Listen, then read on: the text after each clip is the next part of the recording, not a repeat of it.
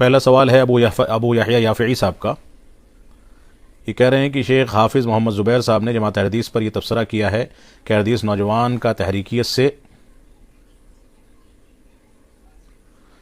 متاثر ہونے کی وجہ یہ ہے کہ جماعت اہل حدیث میں مولانا مودودی جیسے لکھاڑی، ڈاکٹر اسرار جیسے بابصیرت، حسن البنا جیسے رہنما موجود نہیں ہیں جو موجودہ حالات میں ان کی رہنمائی کر سکیں. اگر جماعت حدیث ایسی شخصیات پیدا کر لے تو ان کے نوجوان تحریکیت سے متاثر نہیں ہوں گے. شیخ ایسے تبصرے کا جواب کیا دیا جائے؟ یہ تبصرہ اور اس طرح کا بیان جو ہے یہ حقیقت میں جہالت پر مبنی ہے. حافظ محمد زبیر غالباً یہ پاکستان والے ہیں. یہ بذات خود منہج کے بارے میں گمشدہ شخصیت کے طریقے سے ہیں. کبھی اخوانیوں کے پیچھے چلتے ہیں، کبھی کسی کے پیچھے چلتے ہیں، اور ڈاکٹر اسرار احمد صاحب سے زیادہ متاثر ہیں. اور یہ کہہ رہے ہیں کہ جماعت حدیث کا نوجوان اس وجہ سے تحریکیت سے متاثر ہے کیونکہ اس کے یہاں مودودی جیسے یا اسرار احمد، ڈاکٹر اسرار جیسے یا حسن البنا جیسے رہنما موجود نہیں ہیں. یہ فضول اتہام ہے، غلط بات ہے. جماعت اہل حدیث کا سب سے عظیم رہنما، سب سے بابصیرت رہنما اور سب سے بڑا قائد اعظم خود رسول اکرم صلی اللہ علیہ وسلم ہے.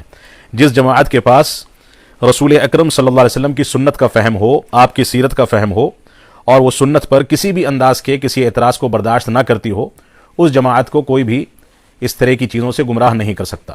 ڈاکٹر اسرار صاحب کو آپ نے بابصیرت بتایا. کون سے بابصیرت ہیں؟ جو قرآن مجید کا خوارج کے موقف پر آ کر کے اس کی تفسیر کرتے ہیں. اور وہ کون سے بابصیرت ہیں جو خمینی جیسے شخص کو انقلابی شخصیت کہتے ہیں اور خمینی کے انقلاب کو اسلامی انقلاب کہتے ہیں، جو کفر اور شرک و بدعات تک کی تعلیم اور اس کی دعوت دیتے ہوں، اس کو کیسے آپ بابصیرت کہہ سکتے ہیں؟ مولانا مودودی کی بات آپ نے کہی، جو شخص صحیح حدیث اور ضعیف حدیث میں فرق نہ کر سکے اور حدیث کا انکار تک کر جائے عقل پرستی کی بنیاد پر، اس کو ہم کیسے لکھاڑی کہہ سکتے ہیں؟ لکھنے والے لوگ بہت پیدا ہوئے ہیں، لیکن لکھنے والا جو قرآن و سنت اور منہج صحابہ پر لکھتا ہو اس کا اعتبار کیا جاتا ہے، ورنہ لکھنے والے لوگ ہزاروں ہیں اور ایسی ہی تحریر کا آخرت میں مواخذہ کیا جائے گا. انسان کے قلم سے، زبان سے جو کچھ نکلتا ہے اس کے بارے میں آخرت میں مواخذہ ہوگا.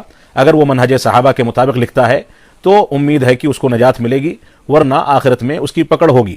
حسن البنا کی انہوں نے مثال دی، جو دین کی اتنی غلط تعبیر پیش کر کے گئے کہ آج دنیا میں جو فساد ہے وہ انہی لوگوں کی تعبیرات سے ہے. مودودی صاحب ہیں، ڈاکٹر اسرار صاحب ہیں، حسن البنا ہے، اس طرح کے لوگوں کی تعبیرات سے دنیا کے اندر فساد مچا ہوا ہے. جو حکام کے خلاف کفریہ باتیں کریں اور حکام کے خلاف کفریہ فتوے دیں اور حکام کے خلاف بغاوت کو جائز قرار دیں، اس طرح کی باتیں کرنے والے لوگ صحابہ اکرام کے اوپر تنقیدیں کریں، قرآن مجید کی غلط تفسیر اور توجیہ و تعویل پیش کریں، اس طرح کے لوگوں کو ہم کیسے اپنا رہنما اور قائد مان سکتے ہیں؟